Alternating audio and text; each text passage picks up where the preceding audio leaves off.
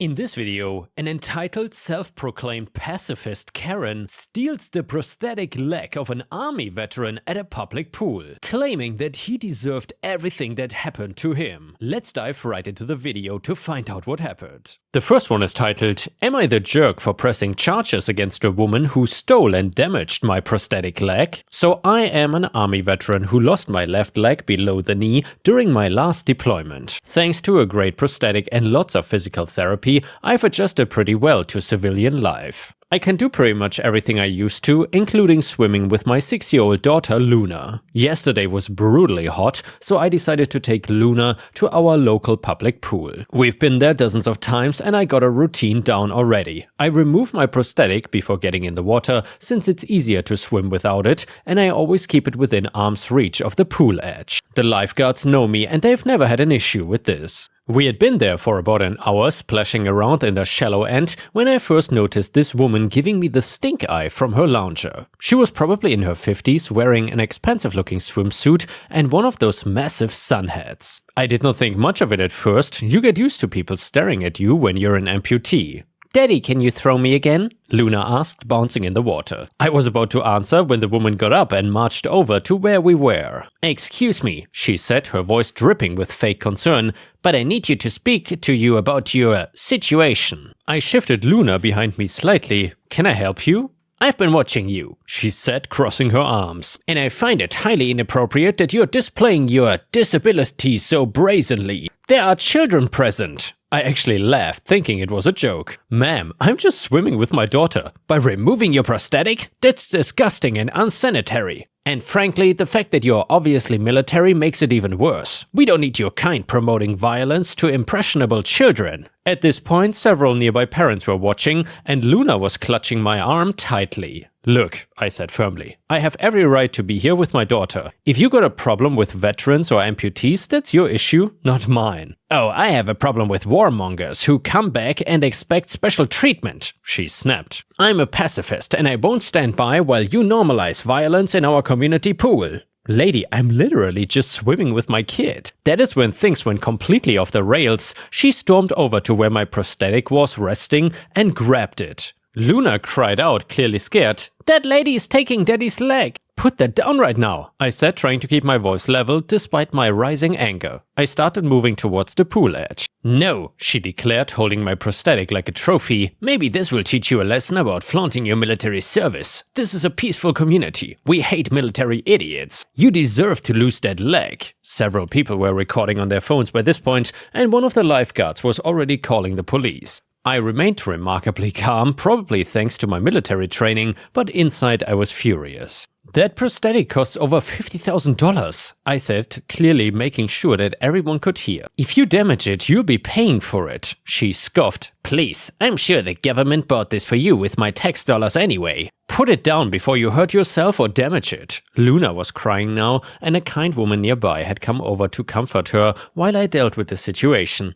"Daddy, make her give it back," Luna sobbed. Maybe it was my daughter's tears that set her off, or maybe she just realized that she had an audience, but the woman completely lost it. She started ranting again about the military-industrial complex and how I was poisoning young minds. "You want your precious leg back?" she sneered. "Fine." She dropped my prosthetic onto the concrete pool deck, deliberately I might add. The outer casing cracked audibly on impact. I could see from where I was that the knee joint was damaged. "That is destruction of private property," called out one of the dads who had been recording. "The police are on their way, lady." I pulled myself out of the pool, keeping my voice steady. "You just committed a felony. That prosthetic is worth more than $50,000, which makes this grand theft and criminal damage to property." Her face went pale for a moment when she heard the word felony, but then she doubled down. "You're lying. It cannot be worth that much. You're just trying to intimidate me." "The police will be here soon," I said calmly. "You can explain it to them." That is when she completely lost it. She lunged forward and punched me square in the face. I did not fall. I've taken harder hits, but blood started pouring from my nose immediately. The pool erupted in chaos.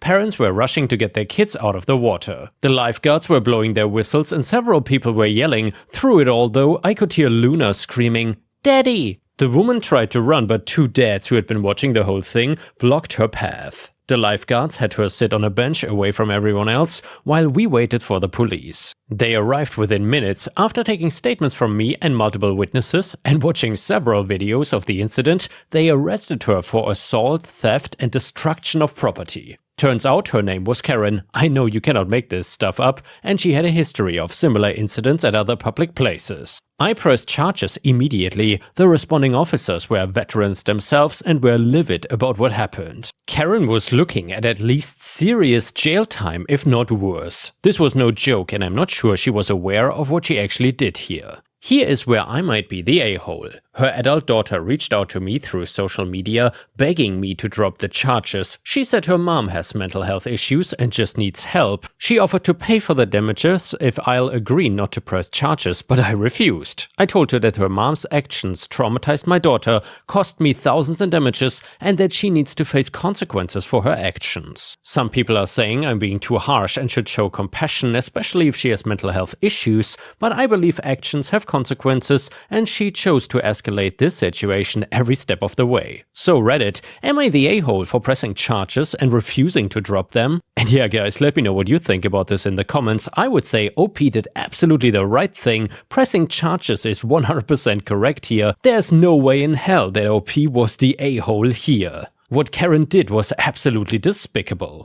OP further continued to answer some common questions. Yes, I have good insurance and can get my prosthetic repaired and replaced, but there's still a significant out-of-pocket cost. Luna is doing okay, but has been having nightmares. We are looking into counseling for her. The pool has banned the woman for life, and several witnesses have already provided their video evidence to the police and my lawyer. And now we got another update, and it goes like this. So the case went to court yesterday. Karen tried to play the mental health card, but the judge was not buying it. She was sentenced to 18 months in jail, ordered to pay full restitution for my prosthetic, $54,750, and has to undergo mandatory anger management counseling. And a user in the comments said, not the a-hole, as someone who works with veterans, what she did was absolutely disgusting. She's lucky you kept your cool as well as you did. Press all the charges, NTA. Mental health issues are not a get out of jail free card. If her family was so concerned about her mental health, they should have gotten her help before she escalated to assaulting disabled veterans in front of children. Another comment said, not the a-hole, she didn't just steal your prosthetic, she deliberately damaged an expensive essential medical device and assaulted you in front of your young daughter. The fact that she has a history of similar incidents shows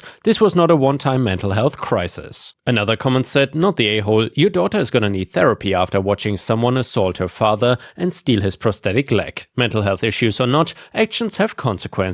Absolutely NTA. Another update to the story, Luna is doing much better now, her therapist is amazing and has been helping her process everything that happened. She was nervous about going back to the pool at first, but staff there organized a special welcome back party for us. All the regular families came and the lifeguards presented Luna with a special junior lifeguard badge. It really helped her see that there are way more good people in the world than bad ones. And since the first story was about a veteran, I thought it was only fitting that the next one will be a malicious compliance story from the army. Way back when I was in the military, as most vets can verify, lower ranks of service members are required to render the greeting of the day to higher ranking members. If it is an officer, you render a salute followed by good morning sir/ma'am or good afternoon sir/ma'am. If enlisted, just a simple good morning sergeant or good morning first sergeant. You get the picture. So I had a platoon sergeant that hated my guts with a passion. I know because he told me quite often. He even told me many times that he wished he could just choke me to death rather than look at me.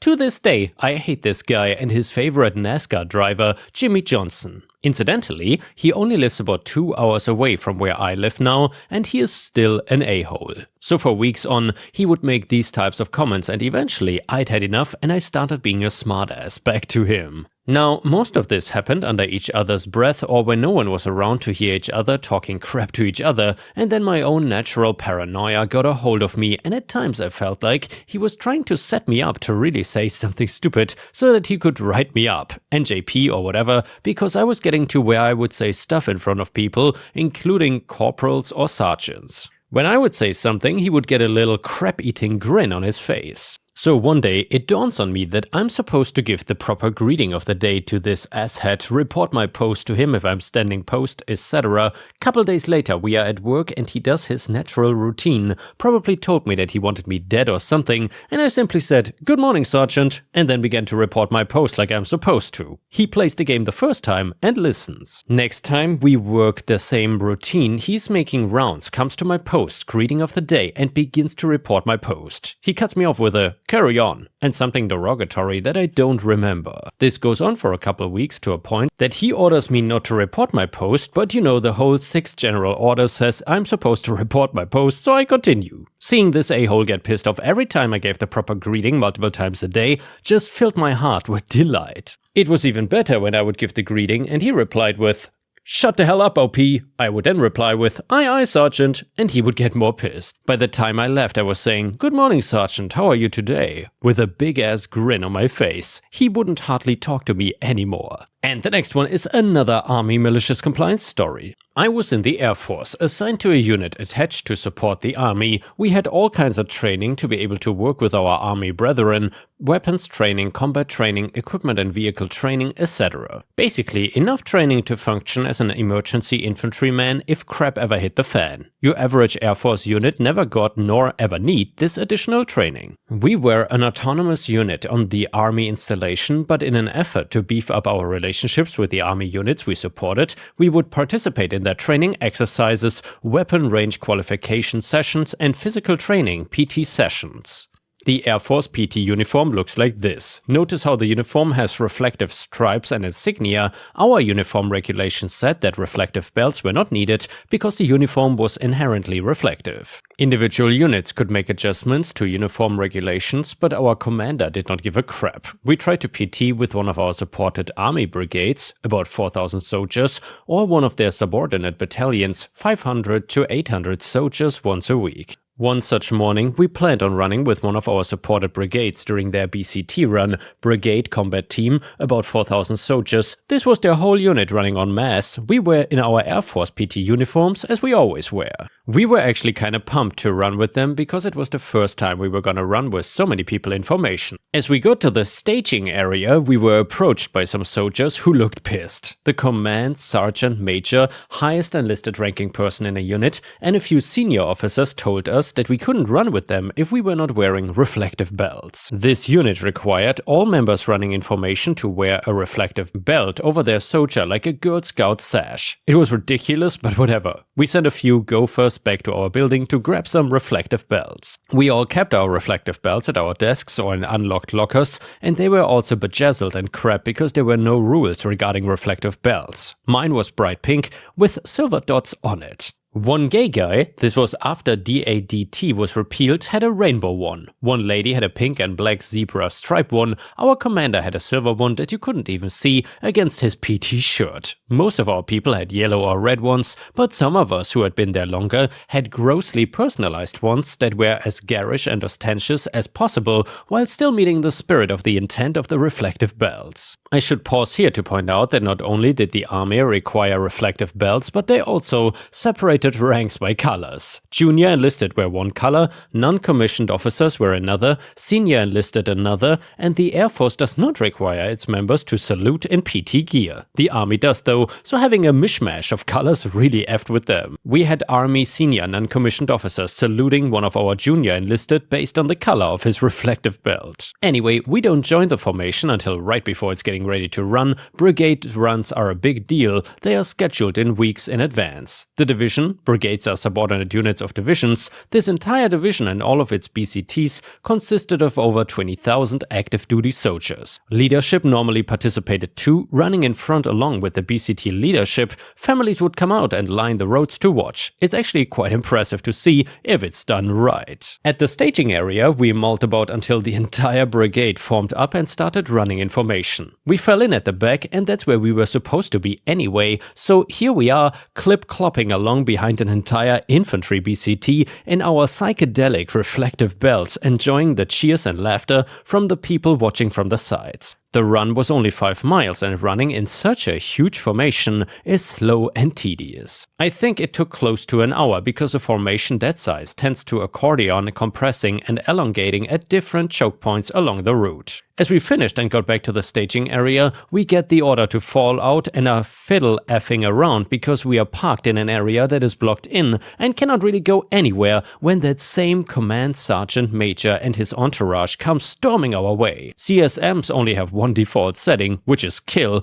They get off on it. It looked like he had cranked his up to 11. We were sure that we were about to get a spectacular ass chewing. Somehow, the public affairs people got to us first. They met us, snapped some pictures, and told us that the division commander wanted to meet with us. He thought it was hilarious. He took some photos with us and said it was the best showing that the Air Force units on post had ever put on. So not only did we get to ruin a crotchety CSM's nut, we also got pats on the back from the division commander. All because we decided that ridiculous rules should be followed to a ridiculous degree. And to end the video, we will read one last story from r/malicious compliance that you don't want to miss. It is titled "Terrible Manager Collapses an Entire Department." So I worked in an accounting department at a small business. My boss, Gary, was great and gave us lots of autonomy to get everything done. It was a small business, and over the years, as is common in small businesses, I picked up a number of duties that were not strictly in my job description, but were pretty important. We also had a number of processes that were not well documented, but we were understaffed and not able to make any changes. Things overall were pretty good though, and our work flowed well and everyone was happy. Not everyone though. Gary's boss, Carl, recently had taken over as president of the company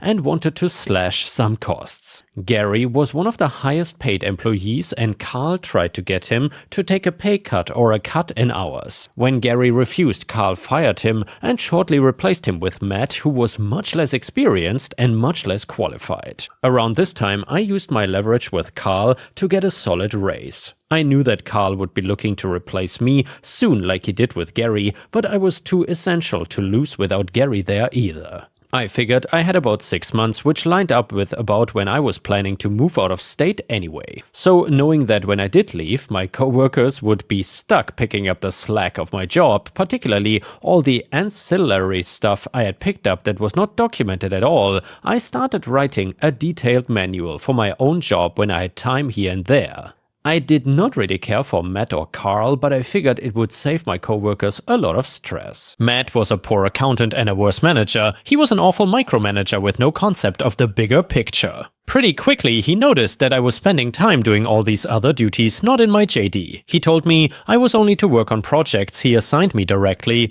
I tried to point out all the things that would not get done if I didn't do that. He was having none of it and told me not to worry about it, as it wasn't my job. Sure thing, boss. I stopped doing anything except what he told me to do, and the department started falling apart. Customer emails went unanswered, software stopped working with no one to support it, files weren't organized, etc. I normally took care of these and 100 other things, but Matt was pretty clear I'm not to do any of it. I also stopped working on my manual. After a few months of this, but sooner than I expected, I was laid off by Carl and Matt for budgetary reasons. Of course, they listed my job on Indeed that same day for a laughably low salary. I was given no warning, just sat down for a meeting with the two and walked out the door. Matt didn't allow me to take anything from my desk, access my computer, or say my goodbyes to my coworkers. He was also very clear I was not to retain any company documents or information. Sure thing, boss. So I left and I heard from coworkers still there that over the next few weeks things took an even worse nosedive. They weren't able to fill my job and nobody could cover most of my actual job duties or any of my ancillary duties. By this point, vendors weren't being paid and payroll wasn't going out on time. And then I got the call. Matt found the file that I had left in a conspicuous spot on the network drive, job manual and processes.zip. It was encrypted. What's in it? Oh, just a draft of all my job duties and everything I was responsible for that I worked on during downtime. Why was it even encrypted? Well, it had a bunch of confidential data and passwords in it. What's the password? Sorry boss, I don't know. I didn't retain it after leaving, but it's in my files. In reality, since it was not finished, the manual was not gonna be some panacea for all the company's problems, but I had padded it with a lot of images, so I imagine the file size was pretty attractive. active. And the password was indeed in my files. If Matt cared to look, he would find an unlabeled sticky note with a nondescript string of letters and numbers in a random folder in one of my 24 filing cabinets. As an epilogue, about 3 months after I talked to Matt, Carl fired him after discovering what a disaster the department had become. My coworkers both left around the same time for better opportunities. Carl's still been unable to fill any of these jobs after almost 18 months, so the entire accounting department is staffed by contractors and consultants who I'm sure are costing the company a fortune. I hear the board is looking for a change in company presidents already. And yeah guys, thank you so much for watching. I will see you again tomorrow.